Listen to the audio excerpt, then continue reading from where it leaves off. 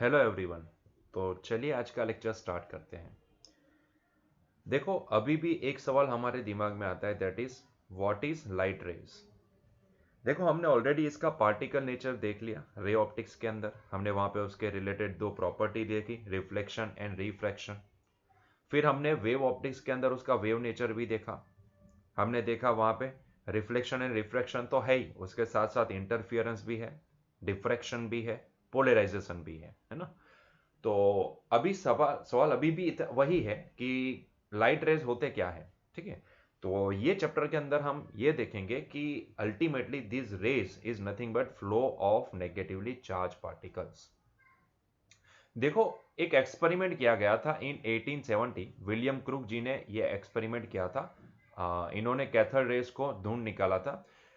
He filled gas in discharge tube. He applied electric field to the electrode at both the end of the tube. He observed that the electric charge is produced which travel to other end and when incident on the fluorescent material produces small flickering of yellowish color. From these he concluded that cathode rays are made up of stream of negatively charged particles. ठीक है, तो इस तरीके से इन्होंने एक cathode ray का invention किया और उन्होंने बताया कि it is just a stream of negatively charged particles. ठीक है, फिर जे जे थॉमसन जी ने स्पीड ऑफ कैथोड रेज भी निकाल ली, which was the order of 1/20 to 1/30 times speed of the light. He also obtained the specific charge ratio of charge and mass of electron E by m, which was of the order of 1.76 into 10 to the power 11 coulomb per kg. He suggested that specific charge E by m does not depend on the type of gas which is filled in the cathode tube and also does not depend on the material which is used as a electrode. मतलब कि ये E by m ratio जो भी था वो constant था हमारे पास, है ना। ऐसा वो बताना चाहते थे। यहाँ पे 1887 में एक ऑब्जर्व्ड हुआ, एक प्रॉपर्टी ऑब्जर्व हुई। प्रॉपर्टी तो नहीं बोलेंगे लेकिन एक ऐसी फिनोमिना ऑब्जर्व हुई कि अल्ट्रावायलेट लाइट को अगर किसी मेटल के ऊपर इंसिडेंट किया जाता है ना, तो यहां से नेगेटिव चार्ज एमिट होते हैं। होता क्या है कि जब भी अल्ट्रावायलेट लाइट को अगर हम मेटल के ऊपर इंसिडेंट करते हैं तो सब मेटल हीट होते हैं। ठीक है, और यहां से वो नेगेटिव चार्ज को एमिट करते हैं सरफेस के ऊपर से। ठीक है, तो ये बहुत ही बड़ा एक ऑब्जर्वेशन था, बहुत ही बड़ा हमारे लिए ऑब्जर्वेशन हम मान सकते हैं। ठीक है, कि जब भी किसी मेटल के ऊपर हम अल्ट्रावायलेट लाइट को इंसिडेंट करते हैं तो ऐसे केस में वो मेटल गर्म होता है, उसके साथ साथ उसमें से कई बार नेगेटिव चार्ज एमिट भी होते हैं। अभी नेगेटिव चार्ज क्या होता है तो ये तो ऑलरेडी थॉमसन जी ने 1897 में ये इन्वेंट कर ही लिया कि भाई ये इलेक्ट्रॉन्स होते हैं, जिसके लिए उनको एक प्राइज भी मिल गया था, नोबेल प्राइज ऐसा हम बोल सकते हैं, है ना। सो बेसिकली 1887 में ये पाया गया था कि अगर किसी अल्ट्रावायलेट लाइट को मेटल के ऊपर इंसिडेंट किया जाता है तो नेगेटिव चार्ज एमिट होते हैं, वहां से सरफेस के ऊपर से नेगेटिव चार्ज एमिट होते हैं। ये नेगेटिव चार्ज कौन से है तो ये 1897 में थॉमसन जी ने ढूंढ निकाला कि भाई ये इलेक्ट्रॉन होते हैं। And he already showed that electron is fundamental and universal particle. और उसी इनोवेशन की वजह से के लिए उनको एक नोबेल प्राइज भी मिला था जो 1906 में। ये सारी हिस्ट्री चल रही है ना, ये हिस्ट्री चल रही है। ठीक है, उसके बाद ये इलेक्ट्रिक का चार्ज कितना होता है, मतलब कि ये इलेक्ट्रॉन का चार्ज कितना होता है, इलेक्ट्रिक चार्ज कितना होता है इलेक्ट्रॉन के ऊपर, ये कैसे पता चला। तो in 1913 American scientist R A Millikan, इन्होंने ये इलेक्ट्रॉन का चार्ज मेजर किया by using oil drop experiment. You observe that charge on any oil drop is in the integral multiple of fundamental charge, that is 1.602 into 10 to the power minus 19 coulomb। जो आज हम इसको 1.6 into 10 to the power minus आसानी से solve कर पाए, इसके लिए हम इसको 1.6 into 10 to the power minus 19 coulomb consider करते हैं। ठीक है, तो उन्होंने ये भी बताया कि भाई इलेक्ट्रिक चार्ज जो भी होते हैं वो क्वांटाइज फॉर्म होते हैं, है ना। तो उन्होंने ऑयल ड्रॉप एक्सपेरिमेंट किया था जिसके ऊपर से उन्होंने ये ढूंढ निकाला था कि भाई जो भी चार्ज होते हैं, जो भी चार्ज था उनके ऑयल ड्रॉप के ऊपर, तो वो integral multiple of 1.602 into 10 to the power minus 19 coulomb था। मतलब कि यहाँ पे हम ये बोल सकते हैं कि अगर एक फंडामेंटल पार्टिकल हमारे पास इलेक्ट्रॉन है तो उसके पास चार्ज कितना होना चाहिए, 1.602 into 10 to the power minus 19 coulomb होना चाहिए। ठीक है, तो ये बहुत ही बड़ा एक इनोवेशन था। तो देखो 1887 में ये पाया गया कि अल्ट्रावायलेट लाइट को इंसिडेंट करते हैं जब मेटल के ऊपर, तो वहां से नेगेटिव चार्ज इमिट होते हैं। फिर 1897 में जे थॉमसन जी ने ये ढूंढ निकाला कि वो जो नेगेटिव चार्ज है वो क्या है, इलेक्ट्रॉन है। वो यूनिवर्सल एंड फंडामेंटल पार्टिकल होते हैं। फिर 1913 में आर ए मिलिकन उन्होंने एक एक्सपेरिमेंट किया, ऑयल ड्रॉप एक्सपेरिमेंट, जिसके ऊपर से उन्होंने ये ढूंढ निकाला कि ये जो इलेक्ट्रॉन होता है उसके पास फंडामेंटल चार्ज कितना होता है, तो 1.6 इंटू 10⁻⁻19 कूलम होता है। ठीक है, तो ये सारी हिस्ट्री थी। ठीक है, ये सारी हिस्ट्री थी। अब सबसे बड़ी चीज जिसका हम डिस्कशन यहाँ पे करने वाले हैं, and that is emission of electron from metals. देखो अभी हमें यह पता चल चुका है कि जब भी किसी मेटल के ऊपर अल्ट्रावायलेट लाइट को इंसिडेंट करते थे तो उससे इलेक्ट्रॉन नेगेटिवली चार्ज वहां पे रिलीज होते थे, मतलब कि एमिट होते थे, लेकिन वो नेगेटिव चार्ज इलेक्ट्रॉन्स थे। ठीक है, ये हमें जे थॉमसन जी ने बता दिया था। ठीक है, तो अब हम यही कंसिडर करेंगे कि किसी मेटल के ऊपर अगर हम किसी अल्ट्रावायलेट लाइट को इंसिडेंट करते हैं तो डेफिनेटली वहां से इलेक्ट्रॉन्स यहां से एमिट होते हैं। ठीक है, सो इसीलिए हमने यहां पे हेडिंग लगा है emission of electron from metals. ठीक, तो अभी ये ध्यान से समझते हैं कि भाई कैसे ये एमिशन होता है। ठीक है, देखो ये बात 1887 की थी जब ये पहली बार ऑब्जर्व हुआ था कि अल्ट्रावायलेट लाइट को जब भी इंसिडेंट किया जाता है मेटल की सरफेस के ऊपर तो उसकी सरफेस से नेगेटिव चार्ज एमिट होते हैं, है ना। तो यहाँ पे हमें ये पहले समझना है कि कोई भी मेटल है तो उसके सरफेस के ऊपर जो भी इलेक्ट्रॉन है वो ऐसे फ्री में नहीं होते हैं, है ना। मतलब कि ऐसे फ्री नहीं पड़े होते हैं कि भाई वो जब चाहे अपने आप वहां से सरफेस को छोड़ के निकल जाए, ये इतना आसान नहीं होता है। वो सारे बॉन्डिंग में होते हैं, किसी बॉन्ड में कनेक्टेड होते हैं, है ना, सीधी सी बात है। तो उनका नॉर्मली उनको सरफेस के ऊपर से एस्केप करवाना ये इतना भी आसान नहीं होता, मतलब कि अपने आप तो ये कभी नहीं हो सकता है, कतई नहीं हो सकता है ना। क्योंकि इलेक्ट्रॉन को भी एस्केप होने के लिए उनको एनर्जी चाहिए। विदाउट एनर्जी वो कभी बाहर नहीं निकल सकते, है ना। जैसे कि कंडक्शन करंट को अगर प्रोड्यूस करवाना है तो डेफिनेटली वहां पे मुझे उतनी एनर्जी देनी पड़ेगी। अगर मैं उतनी एनर्जी देता हूं तो ही वो फ्री हो पाएंगे, एंड फ्री होने के बाद वो वहां पे फ्लो हो पाएंगे, है ना। तो इलेक्ट्रॉन का जो फ्लो होता है उसके अपोजिट डायरेक्शन में हमारा कन्वेंशनल करंट होता है, ऐसा हम मान सकते हैं, है ना। सीधी सी बात है। तो यहाँ पे इलेक्ट्रॉन्स जो भी होते हैं मेटल के सरफेस के ऊपर वो किसी बॉन्डिंग में जुड़े होते हैं, तो उनका एस्केप होना इतना भी आसान नहीं होता है, मतलब कि वो अपने आप तो कभी भी कतई एस्केप नहीं हो पाते हैं ना। तो normally electron can not escape from the surface of the metal. लेकिन जरा सोचो कि अगर हम मेटल को हीट कर दें, मतलब कि मेटल का टेम्परेचर अगर बढ़ा दें, इंक्रीज करते जाए, तो डेफिनेटली यहाँ पे क्या होता है कि इलेक्ट्रॉन हीट को भी एनर्जी के फॉर्म में एब्जॉर्ब कर सकते हैं, है ना। तो जैसे ही मेटल को हम यहाँ पे टेम्परेचर देना स्टार्ट करते हैं, मेटल को हीट करना स्टार्ट करते हैं, तो डेफिनेटली इसका टेम्परेचर इंक्रीज होगा। और जैसे ही टेम्परेचर इंक्रीज होगा तो हमें पता है कि वही हीट एनर्जी को वो एब्जॉर्ब करके, जो आयंस होंगे और जो इलेक्ट्रॉन्स होंगे वो उस एनर्जी को एब्जॉर्ब करेंगे। ड्यू टू दी ऑसिलेशन की काइनेटिक एनर्जी बढ़ जाएगी। जो पहले जूम जूम जूम जूम छोटे छोटे ऑसिलेशन हो रहे थे, अभी वो बड़े बड़े zoom zoom zoom zoom oscillation बढ़ते जाएंगे, उनकी काइनेटिक एनर्जी बढ़ गई। क्योंकि हीट हीट के फॉर्म में भी वो एनर्जी को एब्जॉर्ब करेंगे। और हमने देखा था कि ये करंट इलेक्ट्रिसिटी में हम देखे थे कि पहले से ही इलेक्ट्रॉन्स के पास रूम टेम्परेचर पे भी उनके पास थर्मल वेलोसिटी होती है। तो जरा सोचो कि अगर मैं टेम्परेचर को बढ़ाता हूं तो डेफिनेटली वहां पे एनर्जी इंक्रीज होगी इलेक्ट्रॉन्स की। सीधी सी बात है, वो हीट को भी एनर्जी के फॉर्म में एब्जॉर्ब करेंगे और यहां से एस्केप होने की कोशिश करेंगे, है ना। तो यहां पे बात बन सकती है, अगर हम किसी मेटल का टेम्परेचर इंक्रीज करते हैं तो डेफिनेटली वहां पे वो जो एनर्जी इलेक्ट्रॉन्स एब्जॉर्ब करते हैं, अगर वो एनर्जी अगर बाइंडिंग एनर्जी से ज्यादा है, अगर ज्यादा उन्होंने एब्जॉर्ब की है, तो डेफिनेटली वो इलेक्ट्रॉन एस्केप हो जाएंगे, है ना। तो electron will definitely escape from the metal surface and it will become positively charged. ठीक है, तो मतलब कि जो सरफेस है वो पॉजिटिवली चार्ज हो जाएगी। ठीक है, तो अगर हम मेटल का टेम्परेचर रेज करते हैं तो डेफिनेटली वहां पे इलेक्ट्रॉन वो एनर्जी को एब्जॉर्ब करेंगे, हीट के फॉर्म में आने वाली एनर्जी को वो एब्जॉर्ब करेंगे। अगर उन्होंने जो एब्जॉर्ब की हुई एनर्जी उनकी बाइंडिंग एनर्जी से ज्यादा है तो डेफिनेटली वो उस बॉन्ड को तोड़ के वो सरफेस को एस्केप कर देंगे। लेकिन जैसे वो सरफेस को एस्केप करते हैं तो होता क्या है, वहां से अगर मान लो कि जिस जगह पे वो इलेक्ट्रॉन्स है, अगर वहां से इलेक्ट्रॉन चले जाएंगे, नेगेटिव चार्ज चला जाएगा, तो वो जो सरफेस है वो पॉजिटिवली चार्ज हो जाएगी। सीधी सी बात है ना। हम ये मानते हैं कि जहां से इलेक्ट्रॉन चले गए, नेगेटिव चार्ज चला गया, तो वो बॉडी जो भी होती है वो पॉजिटिवली चार्ज हो जाती है ना। तो ऐसे केस में हमें ये दिख रहा है कि भाई जैसे इलेक्ट्रॉन वहां से सरफेस से एस्केप करते जाएंगे वैसे से वो सरफेस ना पॉजिटिवली चार्ज हो जाएगी। अभी सीधी सी बात है कि इलेक्ट्रॉन के पास नेगेटिव चार्ज है, तो यहाँ पे इनके पास सरफेस के पास पॉजिटिव चार्ज है, that surface is now converted, या फिर जहां से वो इलेक्ट्रॉन जिस बॉन्ड में से टूट के निकल चुके वो अभी पॉजिटिव आयन में कन्वर्ट हो चुका होगा, है ना। तो अगेन वो पॉजिटिव आयन इसको अट्रैक्ट करना स्टार्ट कर देंगे, है ना। सो यहाँ पे हम ये बोल सकते हैं कि but due to the attractive force between positive ion and negative ion, electron again attracted toward the metal surface, मतलब कि वो एस्केप तो कर गए, लेकिन जैसे एस्केप करके तो वहां पे जहां से वो अपनी जगह छोड़ के निकले थे, बाहर निकले, वो जगह पे वहां पे पॉजिटिव आयन बन गया, है ना। जो एटॉम है वो यहां से एक इलेक्ट्रॉन को अगर रिलीज कर देता है तो definitely it is now converted into the ion, है ना।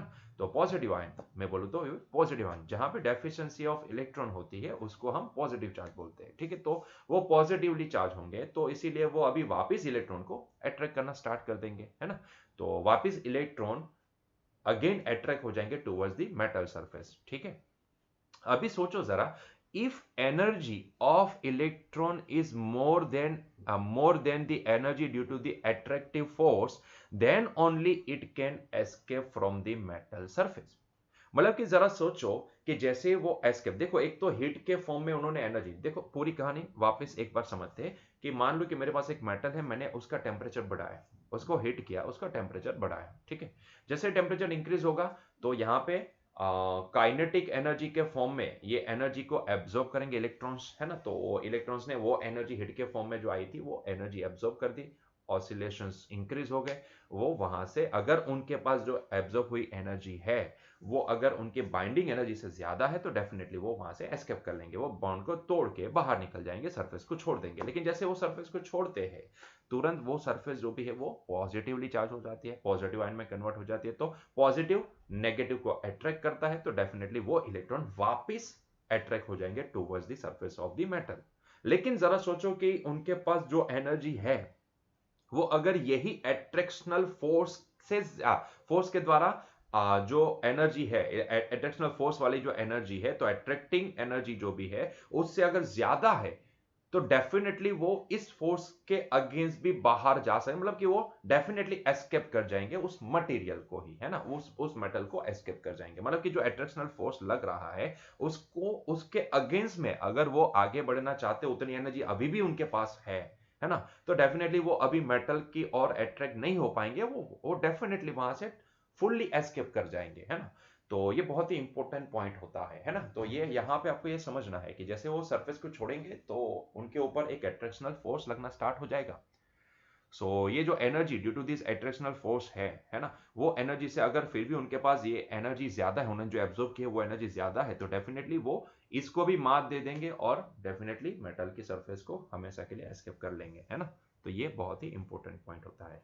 तो यहाँ पे हमारे पास एक बहुत बड़ी टर्म पिक्चर में आती है जो हमें थ्रू ऑफ दिस चैप्टर याद रखनी है, that is called the work function, that is called the work function.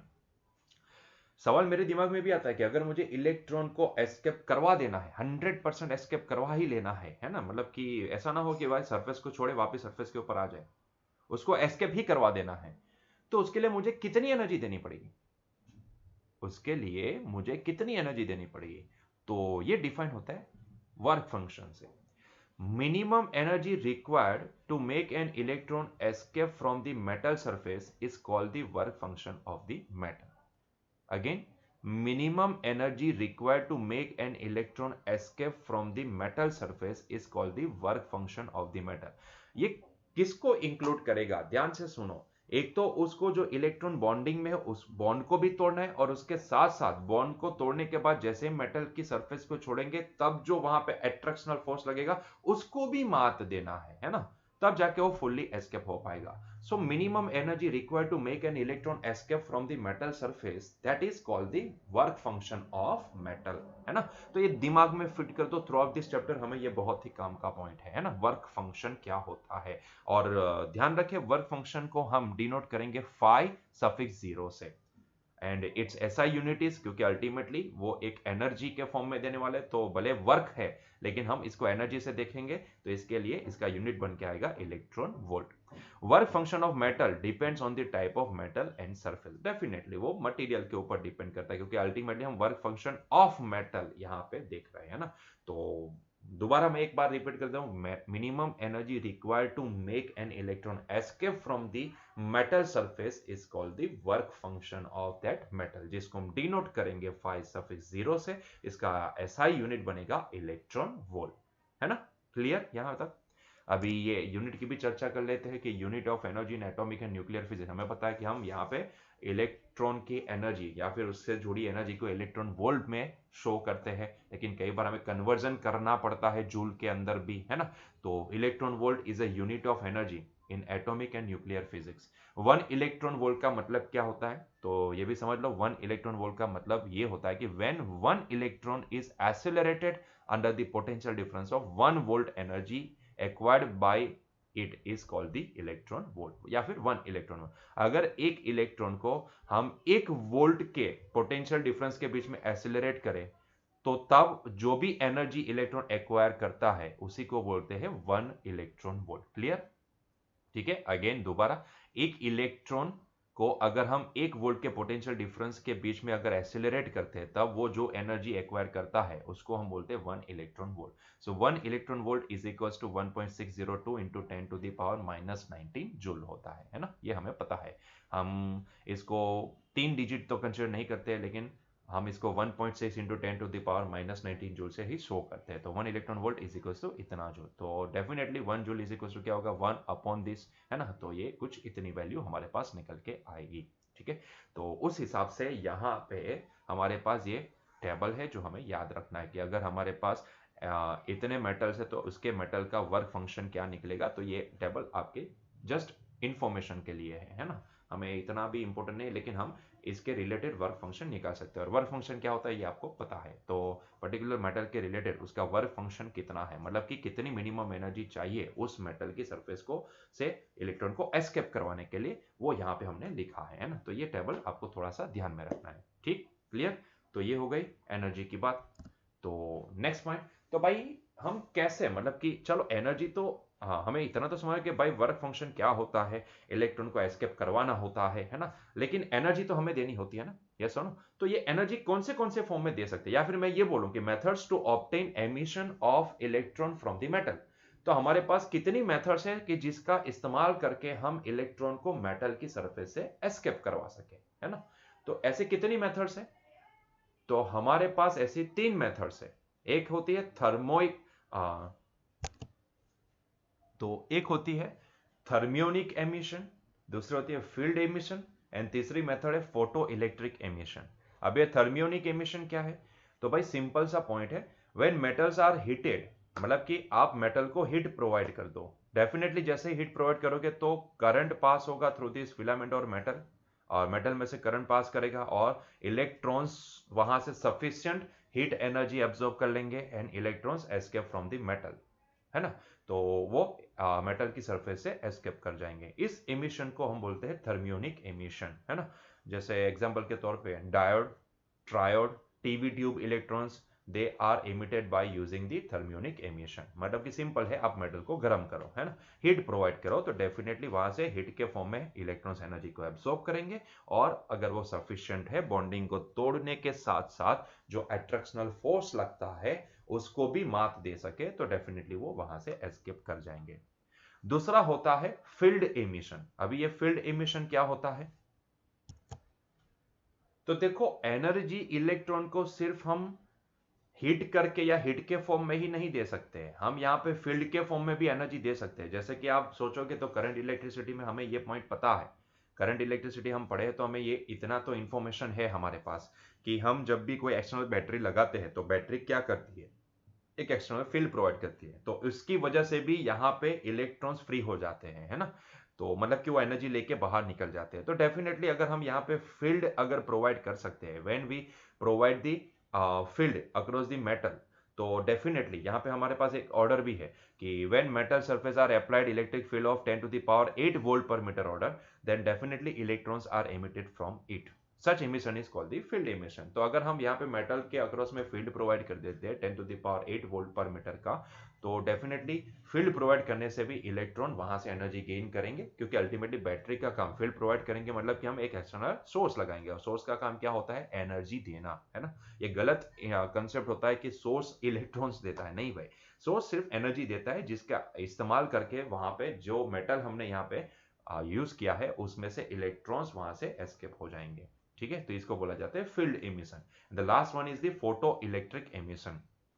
सीधी सी बात है कि फोटोन को इंसिडेंट करवाओ, फोटोन फोटोन की एनर्जी को इंसिडेंट करवाओ, तो डेफिनेटली वहां से भी हमें वहां से ये इमिशन हो सकता है। तो when on the clean metal surface incident radiation of proper frequency electron are emitted from it. ठीक है, तो मतलब कि जितनी एनर्जी इलेक्ट्रॉन को एस्केप होने के लिए चाहिए, अगर हम उतनी एनर्जी का मतलब कि उतनी प्रॉपर फ्रीक्वेंसी का अगर हम वहां पे रेडिएशन इंसिडेंट करते हैं, तो उसमें से भी इलेक्ट्रॉन एनर्जी को गेन कर लेंगे और वहां से सरफेस से एस्केप हो जाएंगे, है ना। So this emission is called the photo electric emission.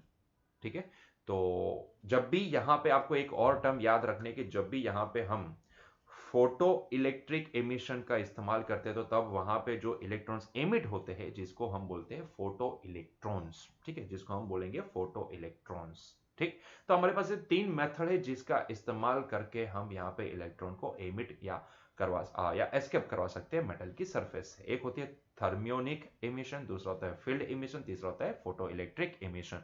Thermionic emission में क्या होता है, तो भाई हम मटेरियल को या फिर मेटल है तो मेटल को हम गर्म करते हैं, हीट प्रोवाइड करते हैं। ठीक है, तो जो इलेक्ट्रॉन है वो हीट के फॉर्म में एनर्जी को एब्जॉर्ब करेंगे, वही हीट एनर्जी को थर्मल एनर्जी को एब्जॉर्ब करेंगे, और अगर वो इनफ है वो बॉन्डिंग को तोड़ के, और जो एस्केप होने के बाद जो अट्रैक्शनल फोर्स लगता है उसको मात देने के लिए, तो डेफिनेटली वो एस्केप कर जाएंगे। दूसरा होता है फील्ड एमिशन, मेटल के अक्रॉस में फील्ड प्रोवाइड कर दो तो भी इलेक्ट्रॉन उसमें से एनर्जी को ग्रैब करके बाहर निकल सकते हैं। एंड तीसरा होता है फोटो इलेक्ट्रिक एमिशन, मतलब कि पर्टिकुलर फ्रीक्वेंसी की, प्रॉपर फ्रीक्वेंसी की रेडिएशन को वहां पे इंसिडेंट करवा दो, तो उसमें से भी इलेक्ट्रॉन एनर्जी को ग्रैब कर लेंगे। ठीक है, तो ये 3 बेसिक मेथड है जिसका इस्तेमाल करके हम यहाँ पे मेटल की सरफेस से इलेक्ट्रॉन्स को एमिट करवा सकते हैं। क्या ये पॉइंट क्लियर हुआ? ठीक है, तो बस यहीं पे हमारा आज का लेक्चर एंड करेंगे, मिलेंगे नेक्स्ट लेक्चर में। Till that enjoy your day.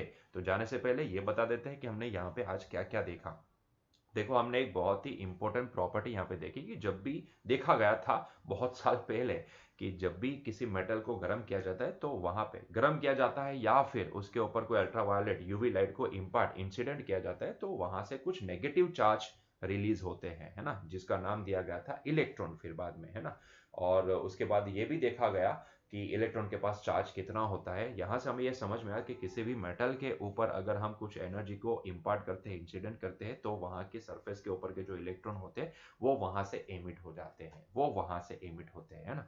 तो वो इलेक्ट्रॉन को एस्केप करवाने के लिए कितनी मिनिमम एनर्जी देनी पड़ती है, उस वो डिफाइन होता है वर्क फंक्शन से। वो हमने देखा कि वर्क फंक्शन क्या होता है, उसको फाई सफिक्स 0 से डिनोट करते हैं, है ना। तो ये सारी चीजें हमने आज देखी। फिर हमने देखी कि कितनी मेथड्स है इलेक्ट्रॉन को एस्केप करवाने की। तो हमने देखा थर्मियोनिक इमिशन, दूसरा फील्ड इमिशन एंड तीसरा फोटो इलेक्ट्रिक इमिशन। ठीक है, तो इसके बाद का जो पॉइंट है वो हम नेक्स्ट लेक्चर में देखेंगे। Till that enjoy your day, bye.